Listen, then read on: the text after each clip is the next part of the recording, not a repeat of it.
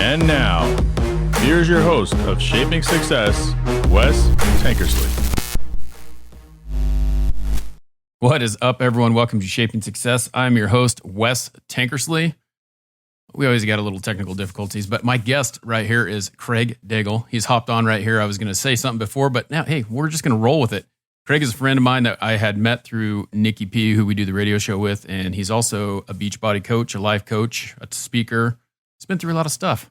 Craig, thanks for hanging out with us. Absolutely. Thanks for having me, Wes. You know, I've been really looking forward to joining you and talking to your community and hoping to help everybody out. And I love what you guys are doing over here. Yeah, I really appreciate you hanging out and taking the time, because I think that it's pretty important for people to see people's stories, where they come from, how they do things, and the types of situations that they have going on. And you've been through a lot. Tell us a little bit about yourself. So I'm 41 years old. I'm a father of 4 sons. 3 are biologically mine. One of them is a bonus son that I have with my wife. I currently live in Oklahoma. I sound like I'm from Oklahoma, right? But I'm not from Oklahoma. I moved to Oklahoma in 2019, and the path to Oklahoma was a pretty crazy path. I'm gonna give you a little bit of the cliff notes, and then you pick and part, and we'll dive into each section. Before you get into you said you're from Oklahoma, but you said you sound like you're from Oklahoma, but I don't think so. I'm guessing maybe like New York or over that way. Yes, I was born in Methuen, Massachusetts, about 20 minutes north of Boston, and I lived on the New Hampshire, Massachusetts border my entire life. So are you kind of a fish out of water in Oklahoma? You know, I am, but it's crazy. I mean, for the most part, life is much slower here than it is on the East Coast. Even just how people, not just how they move, but how they speak, how they talk, everything is. So when I get into a conversation with somebody, forget about it. They're just looking at me like they don't know what I'm saying. They're hearing me, drop my R's when I talk about car and park and all that stuff. They're just kind of looking at me like they don't know what to do. But it's been a very crazy experience, because I moved here October 2019, so I was here for a few months, and then the pandemic hit. So I'm kind of still fresh to Oklahoma. Haven't really figured it out yet. Nah, it's everything kind of like the world erupted when I got here. So it's been crazy. Awesome, man. That's kind of crazy though. Just like you said, pandemic kind of just changes everything, right? It just kind of makes things completely different, and you got to figure out a lot of things. How has that affected you in what you're doing? It didn't really affect what I was doing, other than pulling me off of live events and pulling me off of stages was kind of detrimental to me mentally. I was at the time pretty much traveling around the country, speaking at events, sharing my story. It just kind of moved virtual at that point. And as far as, business and everything, my business boomed. Obviously, everybody was stuck at home. And mental health is it's something that I speak openly about. I speak openly about men's mental health, mainly for the fact that 1 in 4 people who die from suicide are men. 1 in 4 people, 4 of those people, one of them is female. So for every 4 people that die from suicide are men. And I'm like, that statistic is crazy to me, to know that so many men. And I think about the times, I don't think that I was ever to the point where I was gonna, attempt it, but the thoughts that poured in my mind over the years of, people would be better off in my life, like things would be easier, things would be simpler. I wouldn't have to deal with so much anymore. I could just forget about it and end it all right now. Like, those thoughts have crossed my mind. They were there. They were predominant in the forefront of my process of some of the things I went through, and the decisions that I made were not that. They were choices. It's crazy, Wes. I used to say this phrase, and you may have heard that, and anybody listening has probably said this, right? When you're going through some crazy stuff and you're making it happen, and people in your life who are supporting you or are proud of you, their response to it is, I don't know how you do it. Like that's their response, right? And immediately your response back is, I don't have a choice. And that was the response that I made constantly until I was corrected by one of the clients that I connected with early on in, my transition as a single father, fresh out of divorce, going through a lot of stuff. I was working 80 hours a week and I was working out every single day. I was constantly working on nutrition and fitness. And he said to me, man, I don't know how you do it. And I said, I don't have a choice. And he goes, I'm going to stop you right there. And I said, for what? Like, here's my ego and pride building up inside of me. Like, what is this guy talking about? And he said, I'm going to correct you because you're wrong. You are dead wrong. He says, you have a choice. You've had many choices. The choice that you chose, I'm going to point out, he goes, you could have turned to drugs and alcohol. You could have gave your kids up for adoption. You could have passed kids off to family members. You could have committed suicide or died by suicide. You could have, there's so many choices that you could have made. He goes, the choice that you made was to not give up.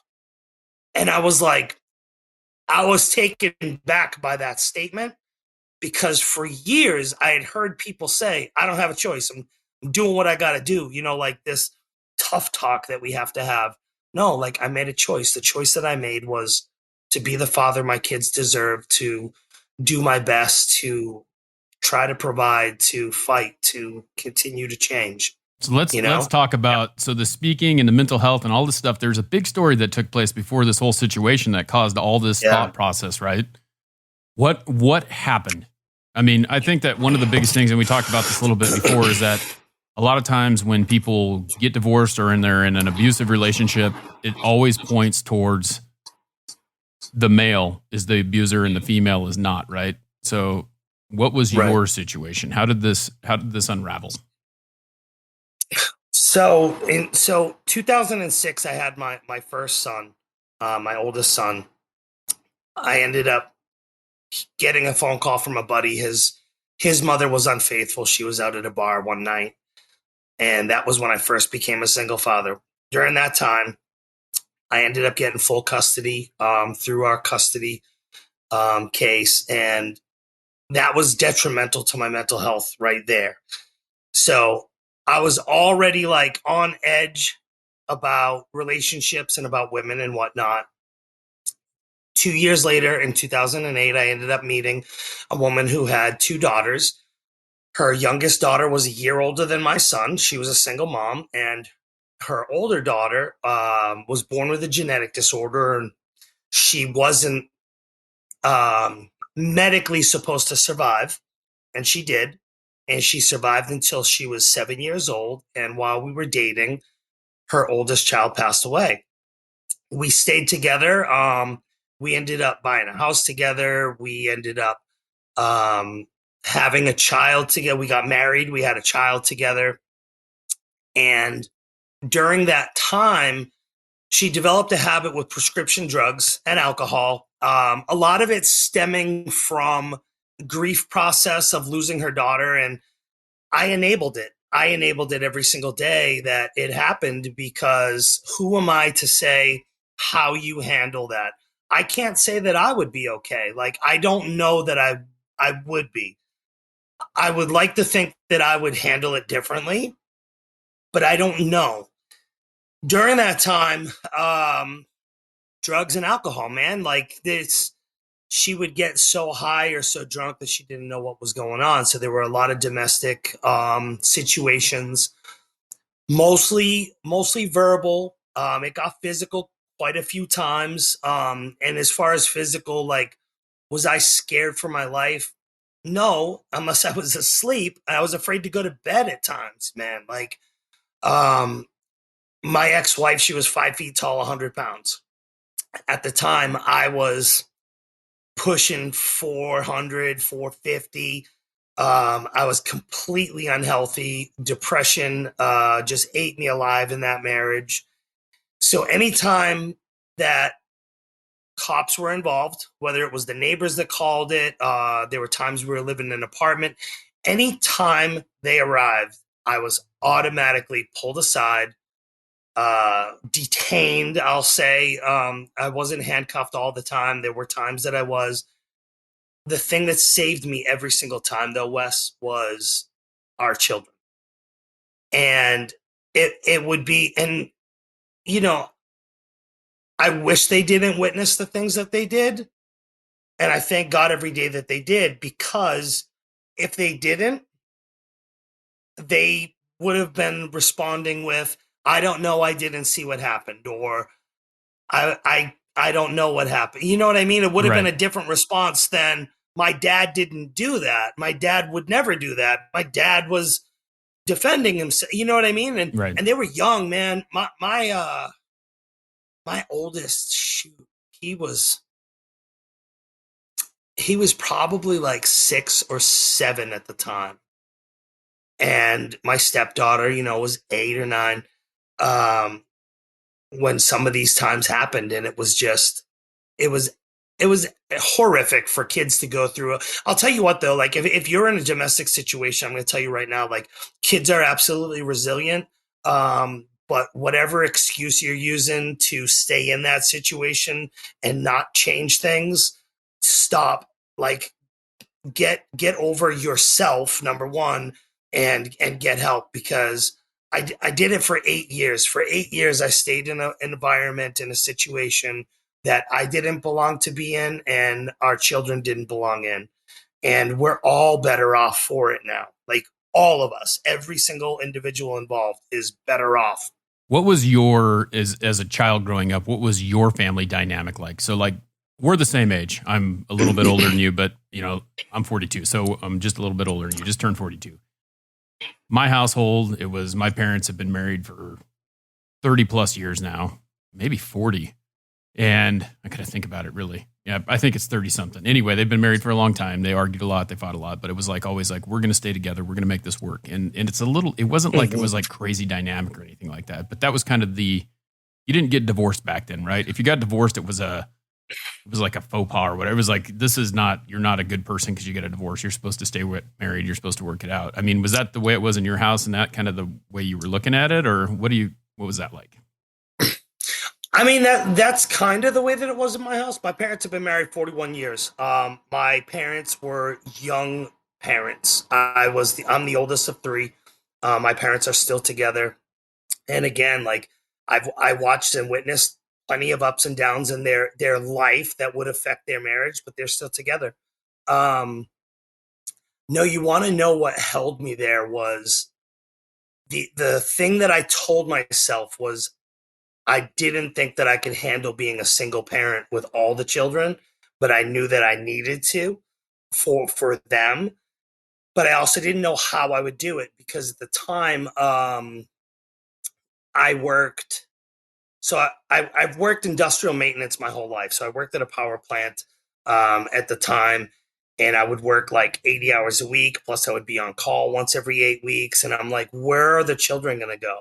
Right. And at the time, my parents had moved in 2010 to Arizona.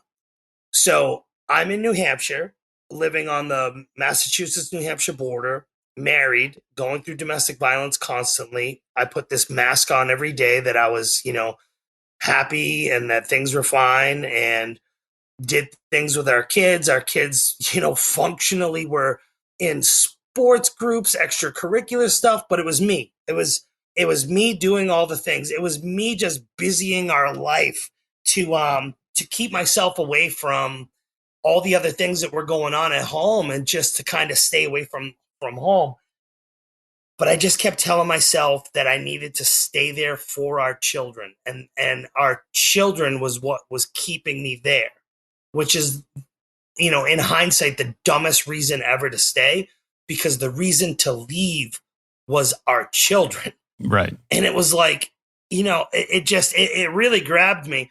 And you know what, Wes, I honestly would have never gotten out of that situation if it wasn't for a rock bottom. Like, so August 11th, 2015, we're living in an apartment. My youngest son at the time was had just turned 3 years old in May.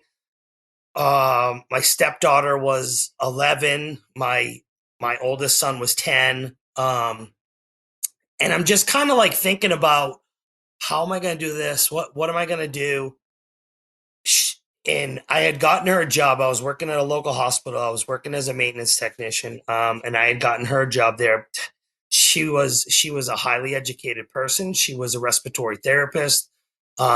She had given up her respiratory license because just drugs and alcohol. She just stopped doing things. So I was, kind of trying to turn her life around again. I was fighting for her at the time. And I got her a job at the hospital that I worked at. And I got home and she was working second shift. I worked first shift. I got home with the kids. I was making the kids dinner. All of a sudden, like a couple hours after she was supposed to be at work, and she met me at work to drop the kids off. A couple hours later, she comes home. And I'm like, why are you home so early? And they're like, oh, they let me leave early. And then I smelled it. I smelled alcohol on her breath. And I'm like, what do you mean they sent you home early? And I'm like, why do you reek like alcohol? And she goes, oh, I went out with one of the girls from work and I had been working there a while and I knew all the people. And I immediately shot a text to the woman that she said that she was out with. And she's like, I have no idea what you're talking about. And I'm like, okay, like here we go. Like, this is wrong. Like, this is beyond anything else that was going on. Like, this has brought it to a whole new level. Like, we're making up a complete fabricated story to drink alcohol now at this point because she was supposed to be sober. And it just escalated from there. Like, it just turned into a heated argument. We were living in an apartment, and the neighbors I don't know if it was our building or the building next to us. It was summertime, so the slider was open. Could have been anybody. Could have been somebody walking by. They heard the argument. They called the cops, which I'm so thankful that they did, because at the time that they arrived, it was like gonna get much worse. I remember holding our 3-year-old, and she was hitting me with an oscillating fan, one of those stand fans that just kind of turns in. It was in our living room. She was hitting me with that as I was shielding him in my arms. She was hitting me in the back. The other two kids, I told them to go into the back bedroom. I said, just go in the back bedroom, lock the door. I stuck him in that room with them. I said, watch your little brother. I said, just stay here. I said, I'm going to try and get this to stop. The cops came immediately. The guy comes in, the male cop and a female cop. The male cop comes in, and I don't know if he was trying to prove a point or what he was doing, but he came in, he cuffed me, sat me down on the table. He had ran into her outside of the apartment and got her story first before he came in. And I just sat there quiet. Like, let's talk about this. You said before that she is like 5 foot, right? She's little gal, and you're a big dude. You're what? How tall are you? 6 feet. 6 feet, and you're like pushing 400, you said. So you're this big dude. Yeah. And the first thing that they walk in, and they always like try to assess the situation and go, this guy is way bigger than this guy. He's pushing her around, right? So you're basically guilty before just by the way you look. Yeah. Every single time, brother. Every time. And I had been through it so many times that I knew the drill. So I just stayed quiet. I didn't say a word. I just sat there, and because I didn't know where it was going to go at this point. So I sat there, and the female cop, I noticed her, like, her body language almost. I don't know how to describe it, but she almost looked like she was uneasy by how he was speaking and what he was saying to me. And I don't even remember all the things that he said to me because it was like such a heated moment, you know. Right. But I remember he was like, "Oh, I bet you feel tough," blah blah, like, you know. And I'm paraphrasing. He was saying all this stuff, and I remember fighting to just be quiet. And I'm stubborn. I got a mouth on me. I'm from New England. We're boisterous people. Right. I lost it, and I said to him, I said, number one, you're wrong, and when this is all done, I'm gonna have your badge, and I'm gonna ask that you be fired. And he just looked at me like kind of in shock, and I said, before you speak anymore, you might want to figure out what's going on.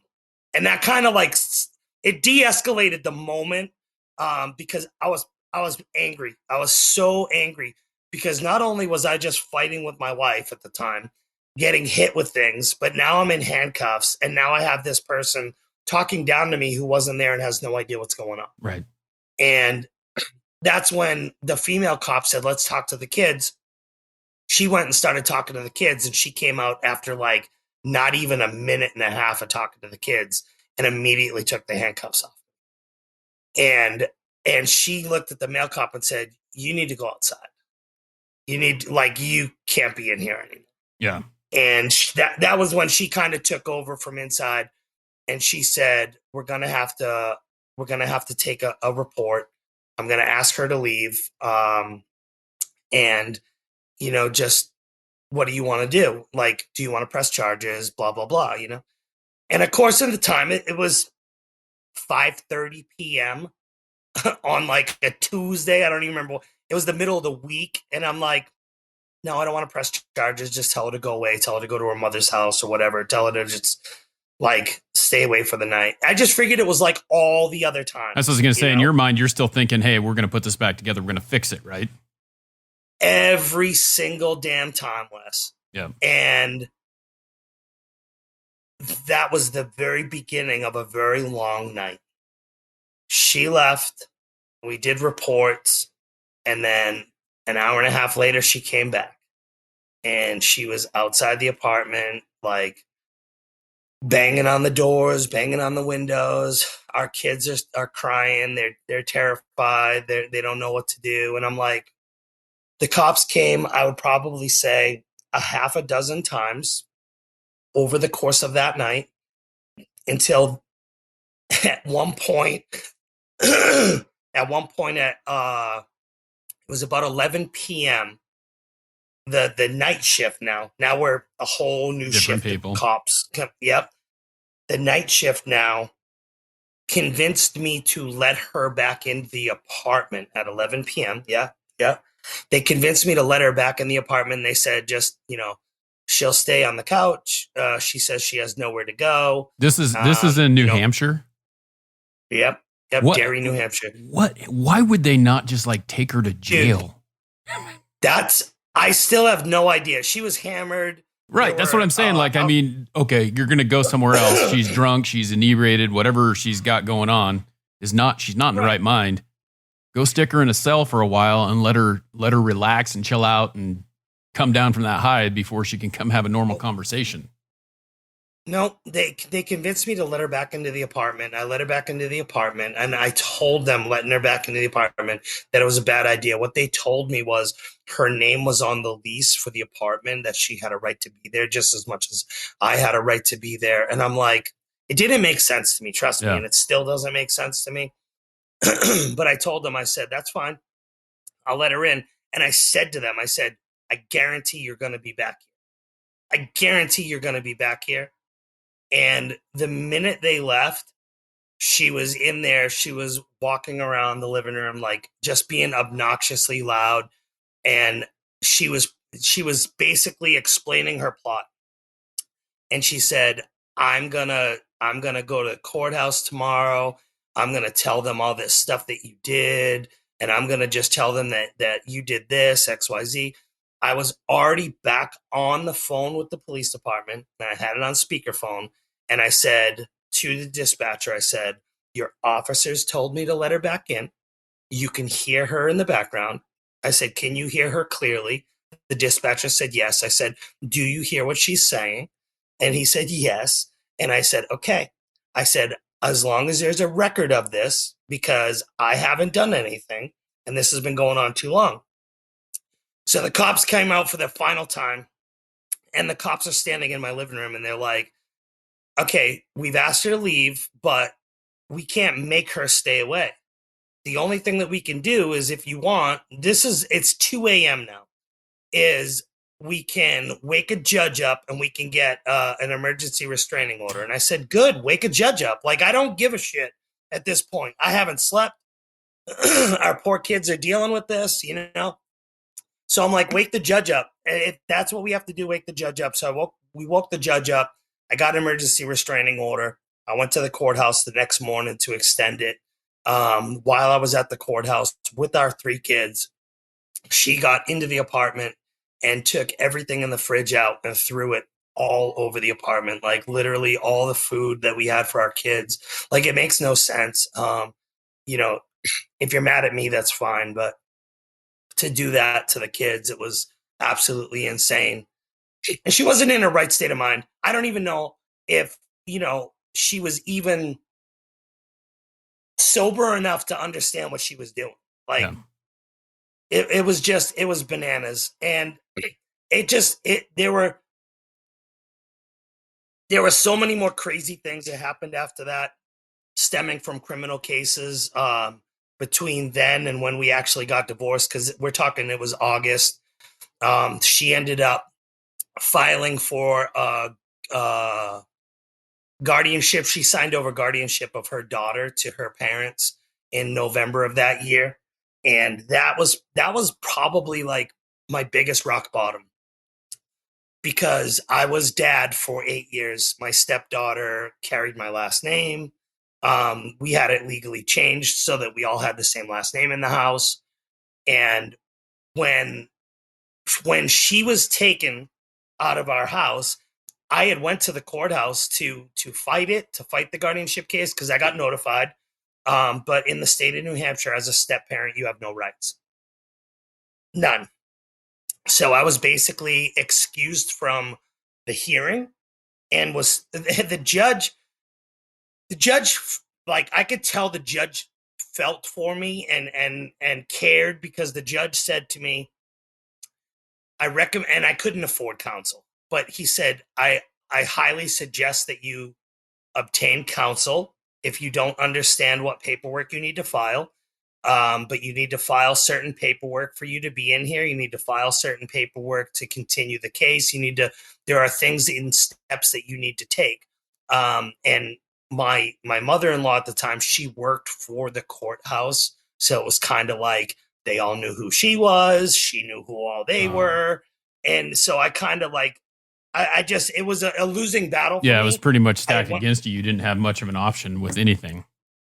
I didn't have anything. So I basically went to the clerk's office and was like, I asked them, and they're like, we can't give you legal advice. And I was like, whatever. I basically had just gave up at that point. I said, you know what? I'm going to focus on my son, my oldest son, who I had full custody of. I'm going to focus on him, and I'm going to focus on the son that I had with my ex-wife, the baby in the house. I'm going to focus on my boys. And that was the goal at that point. And it was funny, man. Like, my health was so poor at that time. Like, I was literally a walking heart attack. Like, well, I mean, you have to think about, like, I think people don't understand all the stuff that's going on, and you're busy taking care of everyone else. What's the one thing that suffers? It's kind of like the mechanic, right? You go to the auto parts or the auto mechanic, and whose car is the worst car in that whole lot? The oil hasn't been changed in 10,000 miles. Exactly. The tires have never been rotated. You're too busy taking care of everyone else. You can't take care of yourself. Exactly. And that was the case. And you know what? It wasn't just that. It was, I made plenty of excuses. Right. I excused myself because I said I worked too much, said that I couldn't afford to eat healthy. I said that I couldn't exercise because I was too big. Like, it was a vicious cycle. I ate because I was depressed. I was depressed because I was fat and unhealthy. I was fat and unhealthy because I ate. And it was like Right. It's just, this circle that just kept going on. But so it was like the tail end of November. And I was like, I knew that I needed to do something, but I wasn't quite ready. So I reached out to my social media and I was just like, does anybody have an at-home workout DVD that I can do? Like, just let me borrow it. Let me borrow it because I'm not going to invest it myself. I was already like, it was November and I'm already looking at New Year's. You know what I mean? Like, right. I'm like, okay, if I set myself up for New Year's, I'm going to make a New Year's resolution. Now, I hate this resolutions. is a perfect time for, dude, this is a perfect time for you and I to have this conversation too. Yeah. Because this will drop after, but today is December 28th. Okay. And Yep. the thing is people have been telling themselves for months now, leading up to January, that they're going to make a resolution. They're going to eat healthy. They're going to quit smoking. They're going to do all these things, right? What a New Year's resolution truly is it's a promise to yourself that you intend to break. Like, that's just what it is. 100%. It literally is. And I was already planning on making this resolution, right? And I reached out to my social media, and a friend had T25. It's, one of the original Beachbody workouts, like P90X Insanity and T25. T25 was like the newer version of Death by Shanti. So what most people don't know, like with Beachbody though, is that like they have like a diet plan, right? That they try to help you get to do, but they also give you a workout to do as well. They let you choose. Right. They basically, so with Beachbody, they have nutrition and supplements and everything. It's a total package. You can use all the tools or you can just do the workouts, whatever you need to do. Right. But all I had was these DVDs. I didn't have the nutrition plan. I didn't have anything. I just had these DVDs given to me, and it was right around Thanksgiving. And I stuck them on the table and I said, okay, see you in January. I was like I was already planning on it. Yeah. And if it wasn't for what happened and what transpired next, I might not be here to share the story. And I was planning on January 1st to start. And December 1st, 2015, I woke up that morning and I couldn't breathe. I had severe sleep apnea and acid reflux, severe acid reflux, bad cholesterol, high blood pressure, walking heart attack, like I had mentioned before. Yeah. And I tore off the CPAP machine. I ripped the mask off. So you even had a CPAP? Yeah, I ripped the mask off, and I wore it because if I didn't, I would have died in my sleep. So I ripped it off my face, and I couldn't breathe. My throat was on fire. It was the acid reflux from being so heavy and laying. I would lay on a decline almost, and I would binge eat before I went to bed because I worked all day. So my eating habits were terrible. I ate like late at night, and basically it was the food that I ate the night before creeped up my esophagus to the point where like now I'm choking. Yep. And I tore the mask off and I ran to the bathroom. We lived in a tiny 2-bedroom apartment at the time. And I remember I ran into the bathroom and it's a mirror, a sink vanity, a tiny toilet, and a tub shower. And it's like 4x4 in that room. It's tiny. And I was kneeling on the floor in front of the toilet, and I'm dry heaving, but I'm not really dry heaving because I'm just like, I can't breathe and I don't know what to do. And it felt like an eternity of how long I was in that bathroom for. And it was probably only a couple minutes, but I ended up pulling myself up onto the vanity and the sink, and I was purple in the mirror. And now I'm like in shock because I'm realizing like how bad this is right now. Right. And I opened the medicine cabinet and I grabbed a sleeve of Tums or Aunt Das's Rolaids, whatever it was. And I just started eating them. Now, mind you, I can't breathe and I'm putting stuff in my mouth and I'm chewing them, and I'm trying to swallow, I'm trying to get them down. And I turned the water onto the faucet and I stuck my head underneath the faucet and I just started filling my mouth with water. And I finally felt everything go down. And I came back up and I took a big, deep breath. And I was just like, it was such a relief. And I remember right before I got that breath, I just started praying, because no matter what your belief system is or your relationship is to God, as human beings, when you're faced with nothing left, you turn to prayer. You see it all the time. You see people who are sworn atheists ask for prayers. Hey, if you're the praying type, can you pray over my family? We're going through, like, people just pray. They ask for prayers. And Right. at the time, I didn't really have a relationship with God. I was kind of angry with him and whatnot. But I remember saying to myself and praying to God and saying, give me an opportunity to breathe, give me a chance to live, and I will change things. If you let me live, I will change things for my kids. Because all I could think about that morning in the bathroom was my kids waking up and finding their dad dead on the floor. And I remember the emotion come over me, just thinking like how messed up that would be for my children. And when I took that breath, I was like, it was almost like I was having a conversation with myself, which is cheaper than therapy. If you ever need to, just talk to yourself. I was having a conversation with myself that morning, but with God the whole morning. And after I took that breath, I immediately said out loud, okay, God, I just made a promise to you that I was going to change things.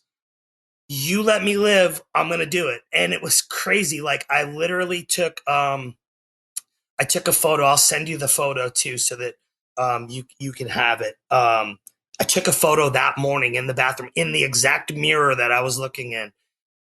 And I said to myself, this is the last time I'm going to look like this. This is the last time that I'm going to look like this. And I walked out into my living room and I threw in that DVD that I had that I was waiting until January. And I went ham in my living room, dude, for 25 minutes. And it was the hardest 25 minutes of my damn life. And about 5 minutes in, I hated the lady that was the modifier. She literally, like, Sean T is like, oh, you guys, if you can't do what we're doing, follow along with Tanya. She just had a baby. And I'm like, I couldn't keep up with her. I couldn't do anything. And I've met her since then.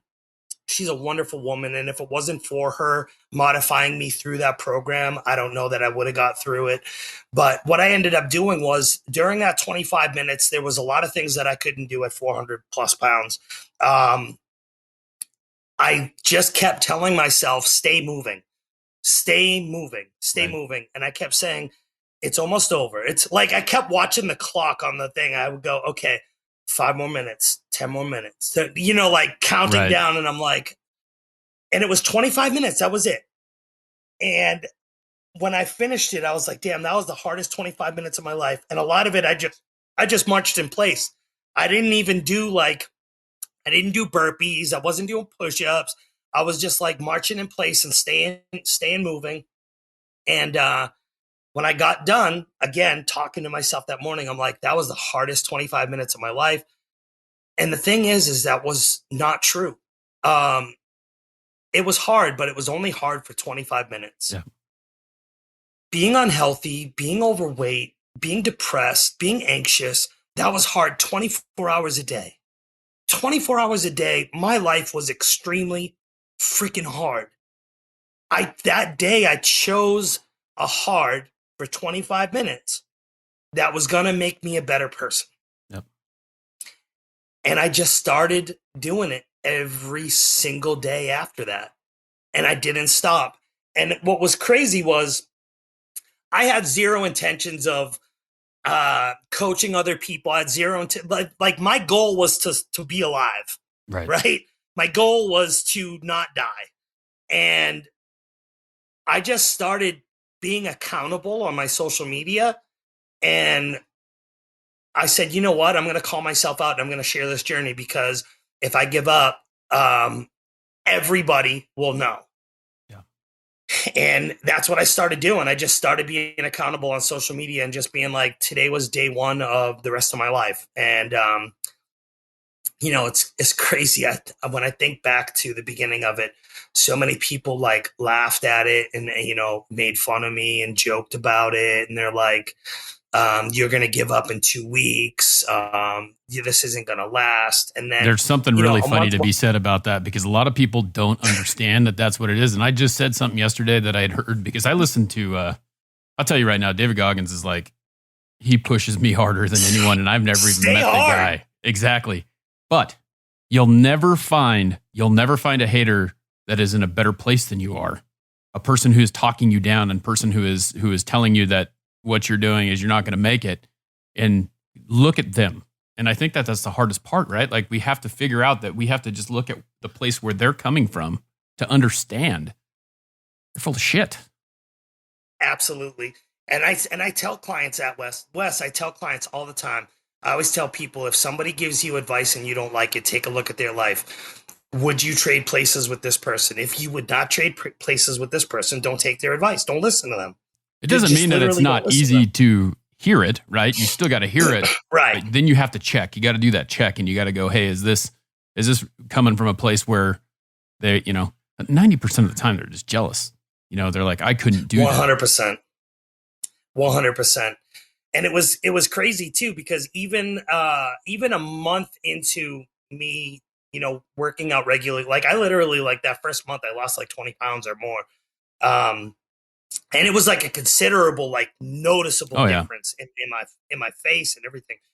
And I remember I was trying to figure out how I was going to continue doing it, because I had this DVD, but what was I going to do? Just do this one workout program for the rest of my life and just continue this DVD. So I ended up, my little sister, she worked with this girl who was, signed up with Beachbody as a representative and whatnot. And she had reached out to me at the time, and she basically seen like the drive in me. She's like, this dude is like not stopping.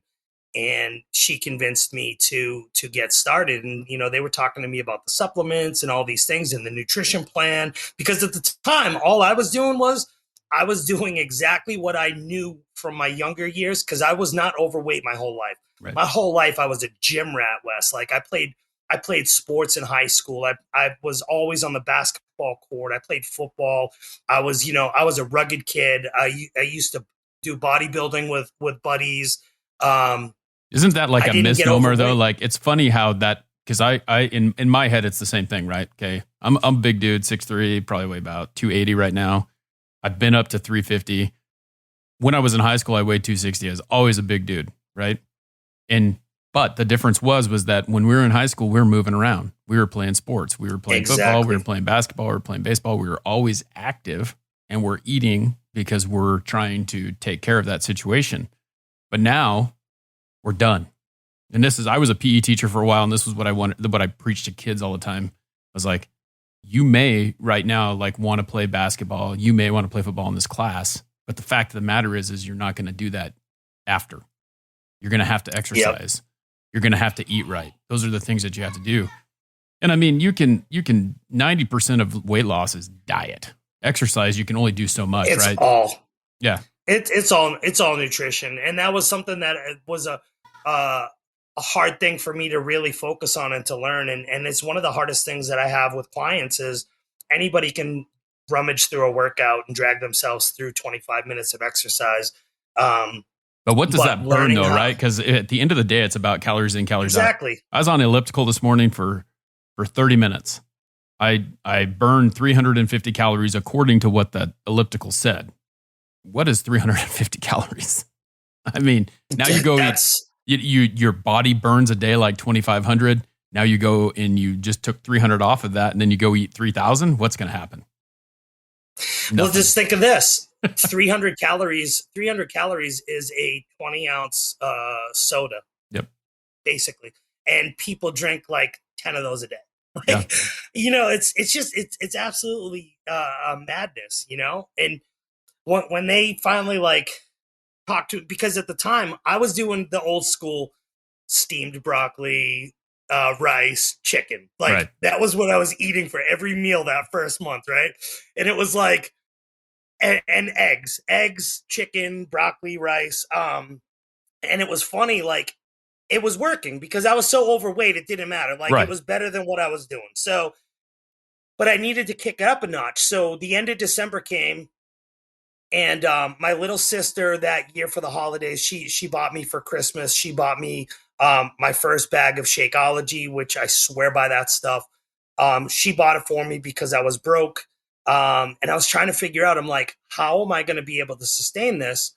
Because I drank it for an entire month in January, and it was like it was just such a game changer for me because I wasn't a big vegetables person. I was able to get all the nutrients and vegetables that I needed because it's a total nutrition supplement. It's not a protein shake. Right. And when I incorporated that, I noticed a big difference in my energy and everything, just after 7 days. Because it wasn't like, it's not magic. You still need to eat healthy with it. It's not a weight loss shake. It's what it is it's a supplement to go with total nutrition, right? So you need to be doing all the things because it's not gonna, you can't drink a shake and erase a Big Mac. That's not how it Right. works. So I was eating good, and I was utilizing supplements properly at the time, and I felt fantastic. And I'm like, how am I going to continue doing this? Because now I'm like, I'm a single dad. I you know our divorce was finalized. I don't get child support. Which is a whole nother story on its own, just because men on the receiving end of family court is tough. I had custody of the kids, so that's really what I focused on. Yeah. But at the time, I got WIC stamps for my youngest, who was going to age out of that at the time, which gave me $8 in produce, a gallon of milk a month, 2 loaves of bread, some cheese, some yogurt, and some other stuff. And I would stretch that to feed myself and my other son, as much as I possibly could. And so I'm trying to figure out, what am I going to do? Like, how am I going to continue these supplements? My electricity was about to be shut off. My car was about to be repossessed. I was unsuccessfully evicted from my apartment for over 2 years at that point. I had nothing. I had nowhere to turn. And what I ended up doing was, I had a credit card that had $145 left on it.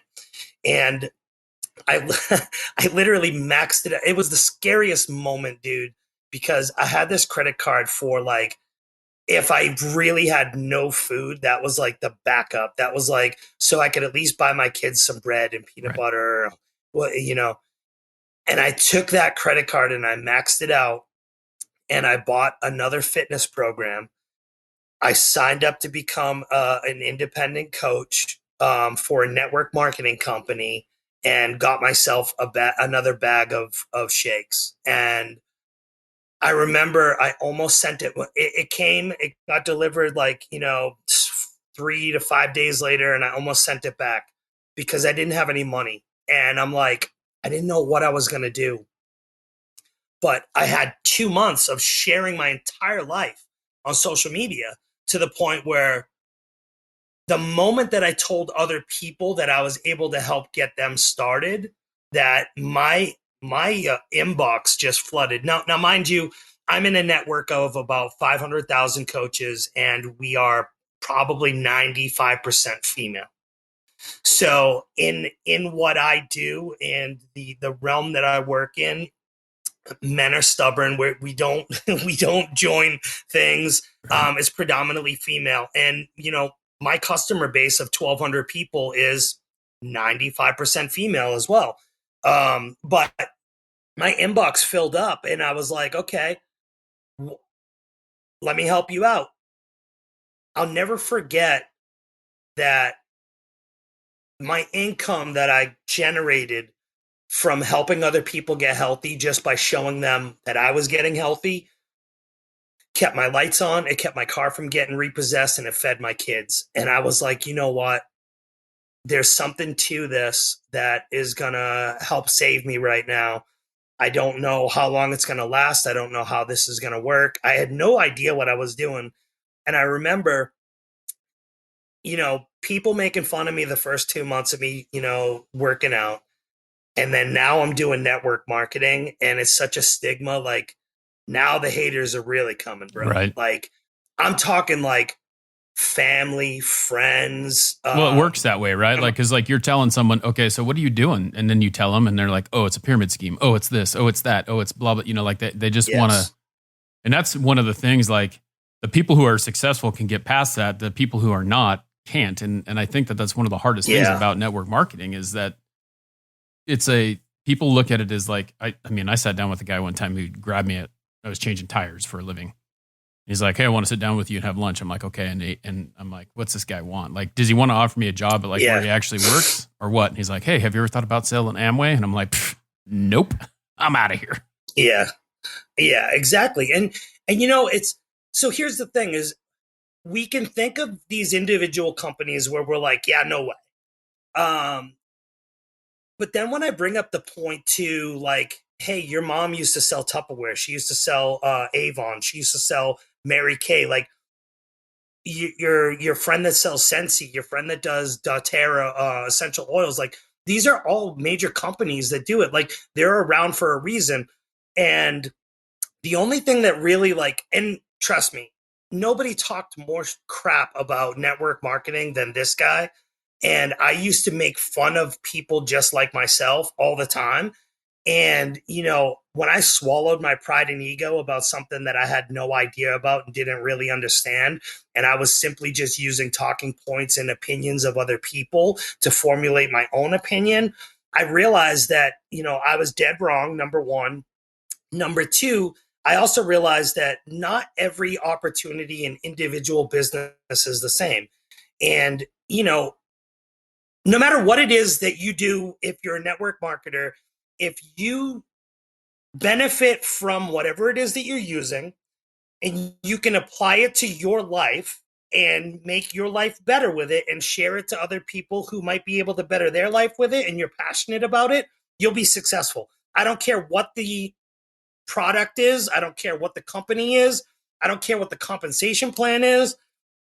I've been for the last 7 years coaching people through network marketing to help teach them how to feed their kids.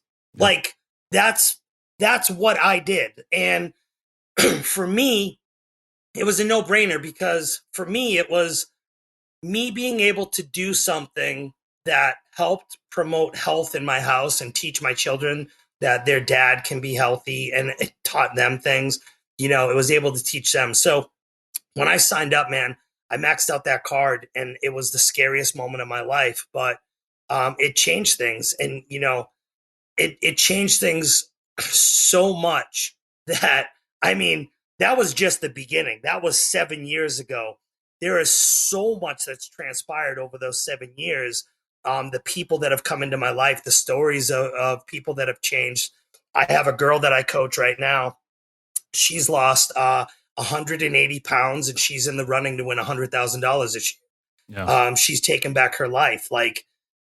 This woman she had a car accident. She was suffering from preeclampsia from one of her pregnancies, which I don't totally understand what that is, but listeners who know will understand. Yeah. She had brain surgery twice. Now, this is during me coaching her. Mm-hmm. She had brain surgery twice. She had a hernia surgery. And she's a complete rock star. She's probably one of the easiest people that I have ever coached, because she wanted to change so bad. She literally, she came home to her husband having an affair while she was at her lowest point of her life.